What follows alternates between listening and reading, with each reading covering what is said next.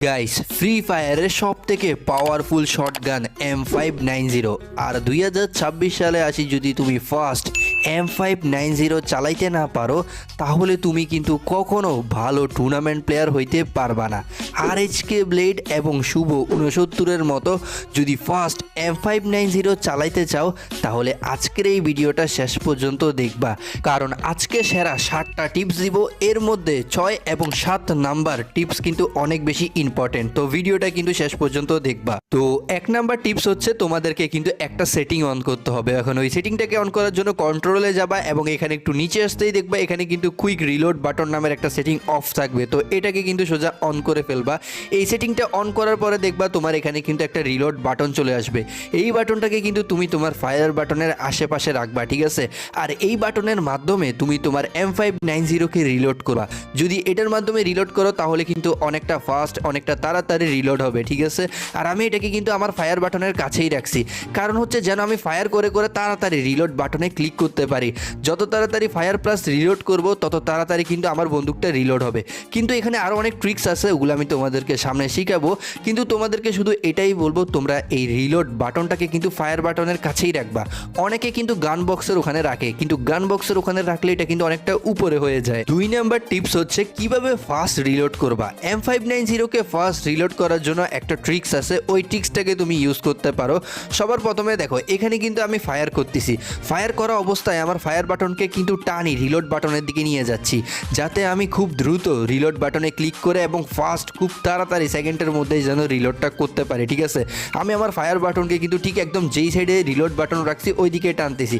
এটা যত আমি ফাস্ট করতে পারবো তত তাড়াতাড়ি ফাস্ট কিন্তু আমার M590 রিলোড নিবে এবং আমি কিন্তু খুব ভালোভাবে মারতে পারবো। ফাস্ট রিলোড করার জন্য এখানে আরেকটা ট্রিক্স তোমাদেরকে বলি, সেটা হচ্ছে তোমরা সবসময় কিন্তু ফায়ার করার পরে রিলোড বাটনটা কোন দিকে আসে ওইটা চোখ দিয়ে কিন্তু খেয়াল করবা, মানে আই কন্ট্রাক্ট করবা।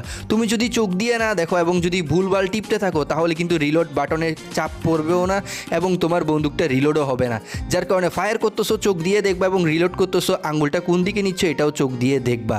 তো গাইস দেখো, টিপস নাম্বার 3 হচ্ছে যারা M590 চালায় টুর্নামেন্টে হোক আর বিআর র্যাঙ্কে, প্রত্যেকেই কিন্তু খুব ভালোভাবে গ্লুয়ালকে ইউজ করে।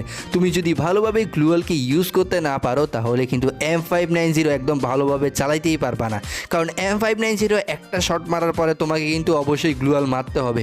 যদি গ্লুয়াল না মারো তাহলে এনিমি তোমাকে যাতা কোনো বন্দুক দিয়ে সেকেন্ডের ভিতরে ডাউন করে দিবে বা হেডশট লাগাই দিবে। এইখানে কিন্তু দেখো আমি কিন্তু ফায়ার করা অবস্থায় গ্লুয়ালের পারফেক্ট একটা ইউজ করব, যার কারণে এনিমিটা কিন্তু আমাকে মারতে পারে না। দেখো আমি কিন্তু কয়েক এইচপির হয়ে গেছিলাম, গ্লুয়াল মারে দিছি। এখন এই গ্লুয়ালের কভারে আমি কিভাবে এনিমিদেরকে মারি জাস্ট তোমরা দেখো। এখানে এখন একটা এনিমি আসবে, তাকে একটা শট লাগাই কভারে আর একটা শট লাগাই দিছি, মানে আমি এরকমই করছি, ফায়ার দিয়ে কভারে গেছি। যদি গ্লুয়াল না লাগাইতাম বা আমার গ্লুয়ালের স্পিড অনেক স্লো হইতো তাহলে কিন্তু আমি কখনোই ভালোভাবে এনিমির সাথে ফাইট করতে পারবো না। আর এখানে টিপস নাম্বার 3-তে তোমাদেরকে আমি আরেকটা কথা বলবো, সেটা হচ্ছে তুমি যখন M590 চালাবা ফাইট করা অবস্থায় তুমি সবসময় খেয়াল রাখবা 1 vs 1 ফাইটে তুমি কিন্তু ফার্স্টের শটটা এনিমিকে লাগাইতে হবে। তুমি যদি ফার্স্টের শটটা এনিমিকে লাগাইতে না পারো তাহলে কিন্তু এনিমি তোমাকে অবশ্যই খুব সহজে যে কোনো বন্দুক দিয়ে মারে দিবে। যার কারণে 1 vs 1 ফাইটের শুরুতে তুমি একটা ড্যামেজ দিবা, তারপরে গ্লুয়াল ইউজ করবা, তারপরে আরেকটা শট দিতেই দেখবা এনিমিটা কিন্তু ডাউন হয়ে যাবে। কিন্তু যদি এনিমি তোকে আগে ড্যামেজ দিয়ে দেয় তারপরে তুমি ওকে ওয়ান শট লাগাও তাহলে কিন্তু ভাই তুমি মারা যাবে এনিমিটার হাতে, এটা 100% শিওর। যার কারণে এটা কিন্তু অবশ্যই প্র্যাকটিস করবা বেশি বেশি। যারা এখনো ভিডিওটা দেখতেছো লাইক দাও না, একটা লাইক দিয়ে দিবা, আর চ্যানেলে নতুন আসলে সাবস্ক্রাইব করবা। এইরকমই টিপস অ্যান্ড ট্রিক্স ভিডিও সবসময় পেয়ে যাবা। টিপস নাম্বার 4-এ আমি তোমাদেরকে এখন মিস্টেক নিয়ে কথা বলবো। এই মিস্টেকগুলো যদি তোমরা করা বন্ধ করে দাও তাহলে কিন্তু তোমাদের অ্যাকুরেসি লস করবে না। তো তোমরা সবার প্রথমে কিন্তু ওভার জাম্প করবা না। যারা M590 চালাও তারা কিন্তু বুঝে শুনে জাম্প করবা।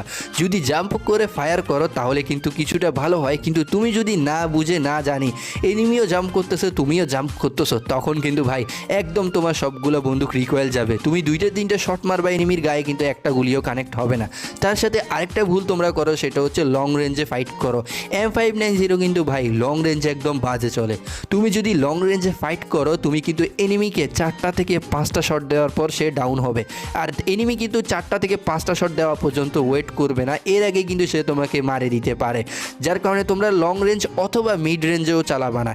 M590 কিন্তু অনলি শর্ট রেঞ্জের বন্দুক, যার কারণে তোমরা কিন্তু লং রেঞ্জ মিড রেঞ্জ এইগুলোতে যদি চালাও তাহলে দুইটা বন্দুকে কিন্তু বুলেটে কিন্তু কখনো মরবে না, 3 থেকে 4টা 5টা পর্যন্ত চলে যাবে, তারপরে এনিমি মরবে। তো তোমরা কিন্তু সবসময় শর্ট রেঞ্জেই খেলবা। গাইস, তোমরা যারা টুর্নামেন্ট খেলে গেম প্লে স্কিলটাকে কাজে লাগাই টাকা ইনকাম করতে চাও, তাদের জন্য বেস্ট একটা অ্যাপস নিয়ে আসি। এই অ্যাপসটাকে ডাউনলোড করার জন্য যে কোনো ব্রাউজারে যাই লিখবা eSports Tour BD, তারপরে অ্যাপসটা ডাউনলোড করে ফেলবা, অথবা পিন কমেন্টের মধ্যেও কিন্তু দেওয়া আছে অ্যাপসের লিঙ্ক। তারপরে এখানে এসে অ্যাকাউন্ট খুলবা user name, email address, mobile number দিয়ে। তারপরে এখানে নিচে কিন্তু একটা সাইন দিয়ে দিবা এবং ক্রিয়েট অ্যাকাউন্টে ক্লিক করবা। তারপরে দেখবে এখানে ফুল ম্যাপের ম্যাচগুলো আছে, আবার সিএস আছে, তার সাথে লোন অফও কিন্তু আছে।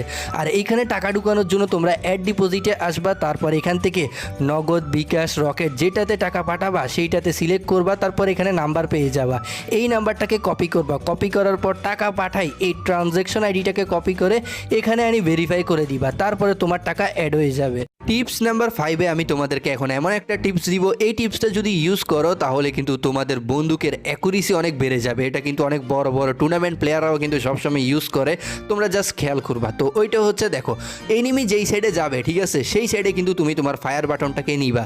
যেমন কি এদিকে এনিমি কিন্তু ডানে আছে, আমি আমার ফায়ার বাটনকে ডানে নিচ্ছি। এনিমি বামে থাকলে আমি আমার ফায়ার বাটনকে বামে নিব। তুমি তোমার ফায়ার বাটনের মাধ্যমে কিন্তু তোমার অ্যাকুরেসি বাড়াইতে পারবা।